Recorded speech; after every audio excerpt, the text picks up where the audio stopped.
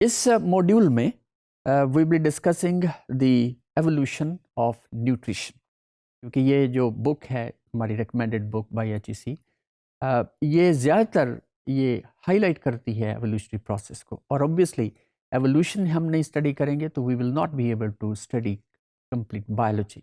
So this is one of the very important point for to study or to understand biology. तो nutrition के हवाले से जो जब इस ज़मीन के ऊपर, इस प्लैनेट के ऊपर when there was no life, और फिर उसके बाद फिर लाइफ अपीयर हुई और वो उसकी इंडिपेंडेंट होना बहुत ज़रूरी था, और इसलिए उसमें क्लोरोफिल डेवलप हुआ और वो इंडिपेंडेंट हो गए। और ऐसे ऑर्गेनिजम्स को हम ऑटोट्रॉफ्स का नाम देते हैं।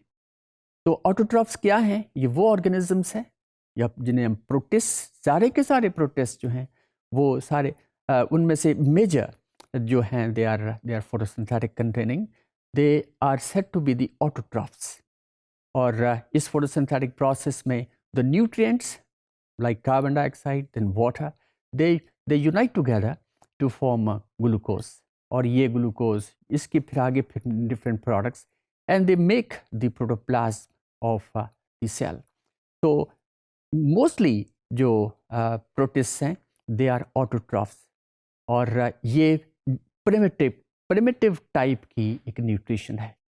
उसके बाद फिर हेटेरोट्रॉफ्स आए। तो हेटेरोट्रॉफ्स जो हैं they are the organisms which depend upon the food which is prepared by the plants. जैसे हम ज़मीन के ऊपर लैंड जिसे हम टेरेस्ट्रियल एनिमल्स कहते हैं, they are in fact they are heterotrophs. और सो दिस इज़ एवोल्यूशनरीली हम कह सकते हैं कि फर्स्ट ऑटोट्रॉफ्स अपीयर हुए, then they evolved into the heterotrophs. और इसी तरह फिर जो प्रिमिटिव ऑर्गेनिजम्स हैं इस टेरेस्ट्रियल इस ज़मीन के ऊपर, इस लैंड के ऊपर, तो दे हर्बीवोर्स हैं। हर्बीवोर्स जो हैं they are the primitive, then they evolved into heterotrophs. इसका हम जिक्र करते हैं अगली स्लाइड्स के अंदर। और तो ये एक एवोल्यूशनरी एस्पेक्ट है। So green plants and photosynthetic protist have the fewest such nutritional requirements, और उनकी अपने इर्द गिर्द के माहौल से they don't take food, they don't take nutrients, बल्कि they manufacture their own substances, they manufacture their own food for their survival, for the reproduction and so on. Then the animals, और इसी साथ ही साथ के जो एनिमल्स हैं, fungi हैं, they are heterotroph.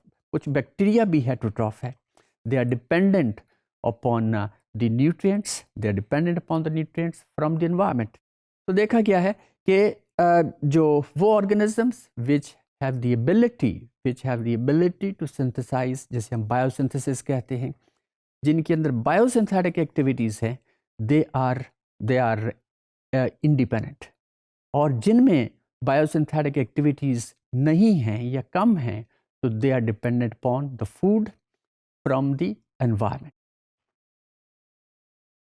So overall, the nutritional requirements of an animal are inversely related, जिसका हमने जिक्र किया कि जो कि photosynthetic हैं, या those animals they have the ability to synthesize, they are independent.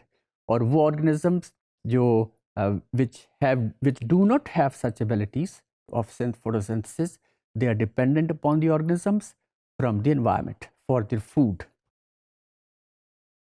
Now animals such as, for example, rabbits that survive entirely on plants material, they are herbivores. इस तरह हमारे इर्द गिर्द बहुत सारे ऐसे एनिमल्स हैं which are herbivores, जैसे गोट है, जैसे शीप है, या फिर और the animals like जिराफ है। तो ये तमाम के तमाम एनिमल्स जो हैं they are herbivores because they depend upon the plants.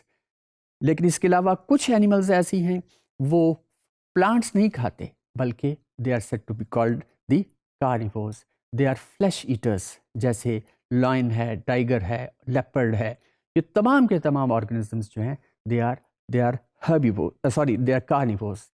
और इनका भी हम जिक्र करेंगे कि उनके टीथ के अंदर स्ट्रक्चर ऐसा है कि वो चीर फाड़ कर सकते हैं। जबकि इससे हर्बीवोर्स जो हैं they are gentle animals because they depend upon the plants. Then the omnivores, जैसा कि नाम से जाहिर है कि ये वो ऑर्गेनिजम्स हैं जो कि प्लांट्स भी खाते हैं और एनिमल्स भी खाते हैं, जैसे ह्यूमन है, इंसान, फिर there are animals like raccoons, then the bears, pigs, ये सारे के सारे प्लांट्स जो हैं, एनिमल्स जो हैं, दे आर ओमनीवोर्स। और इसके बाद कुछ इंसेक्टिवोरस प्लांट्स भी हैं जिसमें बैट्स आते हैं। दे ईट प्राइमरली आर्थ्रोपोड्स। तो ये एक हमने एक एवोल्यूशन के तहत, या जिसके अंदर जैसे जैसे न्यूट्रिशन के अंदर एवोल्यूशन हुई है तो न्यूट्रिशन भी बदली है, स्टाइल ऑफ न्यूट्रिशन बदली है, न्यूट्रिएंट्स भी बदल। न्यूट्रिएंट्स जो हैं ज़्यादातर वो तो तकरीबन एक जैसे ही रहते हैं, तकरीबन, ये सब नहीं, तकरीबन। तो ये एक एवोल्यूशन है जो कि न्यूट्रिशन में पैदा हुई है। So this is all about this module.